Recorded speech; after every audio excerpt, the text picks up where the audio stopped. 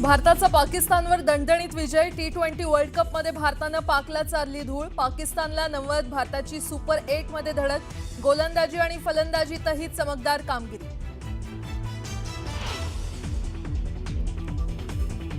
मुंबई महापालिकेची आज विशेष सभा। विरोधी पक्षनेत्याच्या नावाची होणार घोषणा।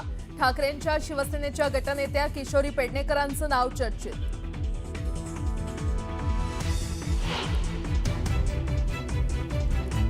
सुनेत्रा पवारांचा झेडपी आणि पंचायत समितीमध्ये विजयी झालेल्या उमेदवारांशी पहिल्यांदाच संवाद।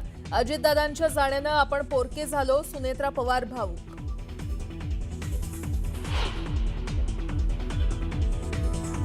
बारामतीच्या कणेरी वनउद्यानाची पार्थ पवारांकडून पाहणी। अजित पवारांच्या निधनानंतर पार्थ पवार ऍक्शन मोडवर।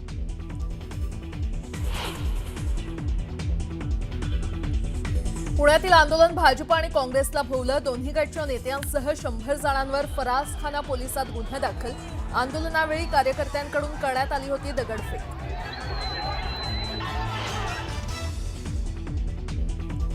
खासदार श्रीकांत शिंदेंचं गणेश नाईकांना ओपन चॅलेंज। खुमखुमी असेल तर 2029ला ठाणे किंवा कल्याण लोकसभेत उभे राहा, तुमची खुमखुमी उतरवतो। नाईकांच्या शिंदेंवरील टीकेनंतर श्रीकांत शिंदे आक्रमक।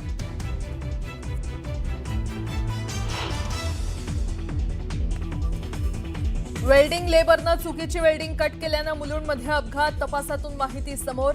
लेबर राम आशिष कन्सल्टन्सी अधिकारी साई सुरेश दोघेही फरार। पोलिसांकडून दोन्ही आरोपींचा शोध सुरू।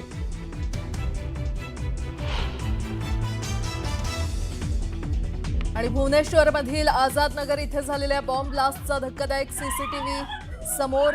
27 जानेवारीला झालेल्या स्फोटाचा थरारक व्हिडिओ समोर। एनआयएकडून तपास सुरू।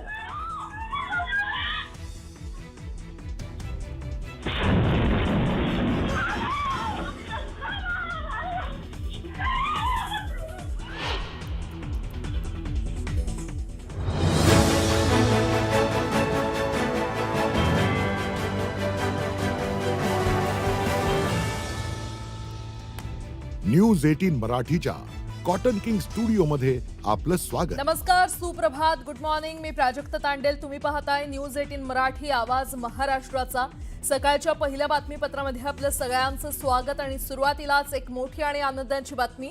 टी20 वर्ल्ड कपमध्ये भारतानं पाकिस्तानवर दणदणीत विजय मिळवलेला आहे। पाकिस्ताननं टॉस जिंकून प्रथम गोलंदाजीचा निर्णय घेतला। भारताच्या फलंदाजांनी चांगली कामगिरी करत पाक समोर 176 धावांचं आव्हान ठेवलं, तर ईशान किशननं 77 धावांची झंझावाती खेळी केली। तसंच जसप्रीत बुमराह, अक्षर पटेल आणि वरुण चक्रवर्ती यांनी भेदक मारा करून पाकिस्तानला 114 धावांवर रोखत भारताला 61 धावांनी विजय प्राप्त करून दिला। या विजयानंतर ठिकठिकाणी जल्लोष करण्यात आला।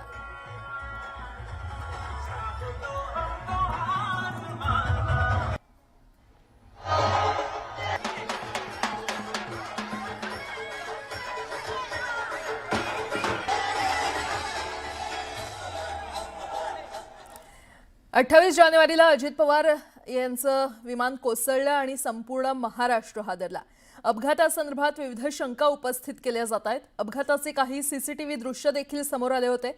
मात्र दुर्घटनेनंतर घटनास्थळी पोहोचलेल्या गोजूबावीतील ग्रामस्थांच्या मोबाईलमध्ये कैद झालेली थरारक दृश्य समोर आलेली आहेत। विमान कोसळताच गोजूबावीतील ग्रामस्थ मदतीसाठी पोहोचले होते। मात्र घटनास्थळी विमानाला भीषण आग लागली होती। अशावेळी अचानक विमानाचा स्फोट झाला। या स्फोटाची दृश्य एका ग्रामस्थाच्या मोबाईलमध्ये चित्रित झाली आहेत। ज्यावेळेस क्रॅश झालं त्यावेळेस इतका मोठा स्फोट झाला आणि विमान स्फोट होऊन जळालं जास्त। कुठल्या ठिकाणी विमान धडकलं?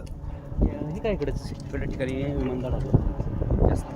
स्फोट इतका भयानक झाला की 200-250 फूट वरती जाळ जात होता आणि धूर पण इतका होता, आपण सीसीटीव्हीत वगैरे बघितलंच आहे, भयंकर। त्यामुळं त्यातून कुणी वाचणं ही अशक्य गोष्ट आहे, एवढा मोठ्या प्रमाणात जाळ होता। विमान अपघाताचं सीसीटीव्ही फुटेज काही दिवसांपूर्वी म्हणजेच 11 फेब्रुवारीला समोर आलं होतं। विमान कोसळलं आणि कोसळल्यानंतर स्फोट होताना दृश्यांमध्ये दिसतंय। समोर आलेल्या माहितीनुसार विमानतळावरील कॅमेऱ्यात ही अपघाताची दृश्य कैद झालेली आहेत।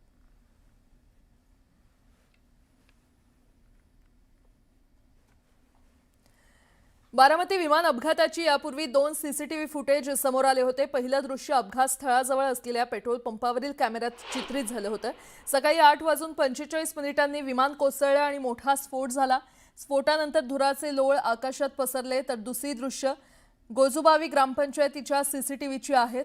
विमान कोसळण्यापूर्वी हवेत कलंडलं होतं. या सीसीटीव्ही फुटेजनंतर विमानात बिघाड असल्याच्या शंका उपस्थित करण्यात आल्या होत्या.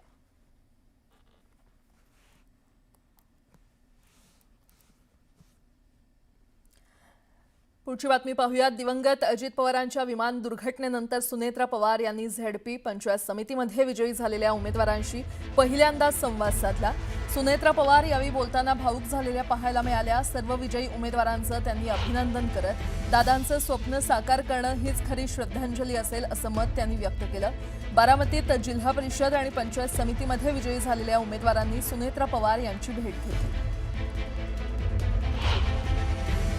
तुम्हाला सर्वात मनापासून शुभेच्छा देते आणि पुढच्या वाटचालीसाठी दादांच्या मनातलं जे स्वप्न आहे ते साकार करण्याची तुम्हाला संधी मिळालेली आहे आणि नक्कीच आपण सगळेजण मिळून नक्कीच दादांच्या मनातलं स्वप्न साकार कराल अशी खात्री बाळगते.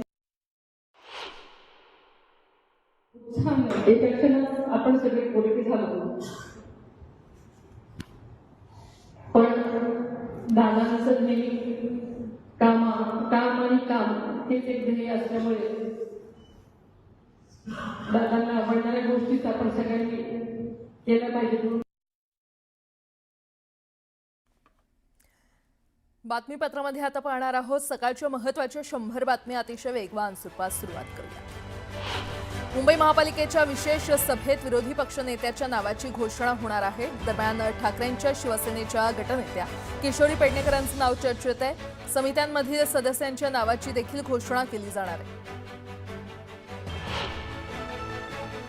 सुनेत्रा पवार यांनी जिल्हा परिषद आणि पंचायत समितीमधील विजयी उमेदवारांशी पहिल्यांदा संवाद साधला. अजितदादांच्या जाण्यानं आपण पोरके झालो असं म्हणत सुनेत्रा पवार भावूक झाल्याचं पाहायला मिळालं.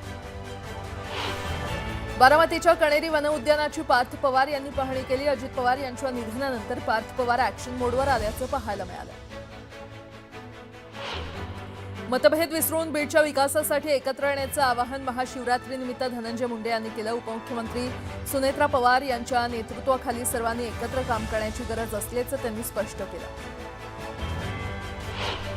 छत्रपती संभाजीनगर जिल्हा परिषदेच्या अध्यक्षपदाचा पेच वाढलाय. भाजप आणि शिंदे सेनेमध्ये सत्तेसाठी रस्सीखेच सुरू असताना आता ठाकरेंच्या शिवसेनेनं देखील शर्यतीमध्ये उडी घेतलीय. काही सदस्य आमच्या संपर्कात आहेत.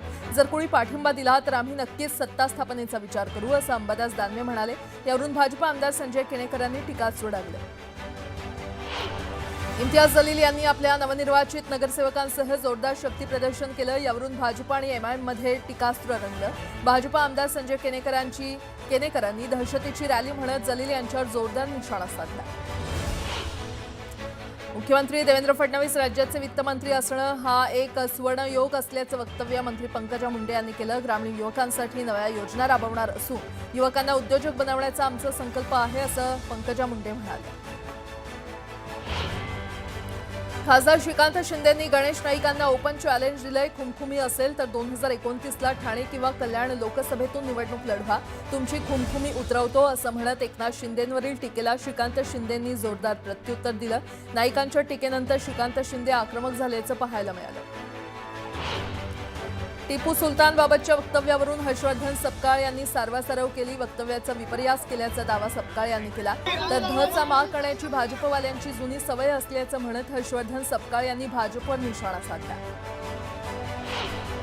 हर्षवर्धन सपकाळ यांच्या विधानावरून पुण्यात काँग्रेस आणि भाजप कार्यकर्ते आमनेसामने आले. आंदोलनादरम्यान दगडफेक करण्यात आली. या दगडफेकीत महिला पोलिसासह दोघे जखमी झाले. त्यामुळे परिसरात तणावाचं वातावरण होतं. देवेंद्र फडणवीसांना राज्यात दंगली घडवायच्या आहेत त्याचा प्रत्यय पुण्यात आला. पुणे पोलिसांनी धीरज घाटे, महापौर मंजुषा नाकुरे यांच्यासह भाजपच्या दंगलखोरांना अटक करावी अशी मागणी करत हर्षवर्धन सपकाळ यांनी पुन्हा भाजपवर टीका केली. भाजप कार्यकर्त्यांनी काँग्रेस कार्यकर्त्यांवर दगडफेक केल्याचा आरोप करत या घटनेचा नाना पटोलेंनी निषेध व्यक्त केला. भाजपकडून राजकारण केलं जात असल्याचा आरोपही पटोले यांनी केला. अलिबागमधील मोक्याच्या जमिनी गुजरात लॉबीच्या ताब्यात देण्याचं काम कोण करतंय असा सवाल संजय राऊतांनी नार्वेकरांना विचारला. तर दीक्षा शहांनी किती एकर जमीन घेतली, दलाली कोण करतंय, तोंड उघडायला लावू नका असा इशारा देखील राऊतांनी दिला.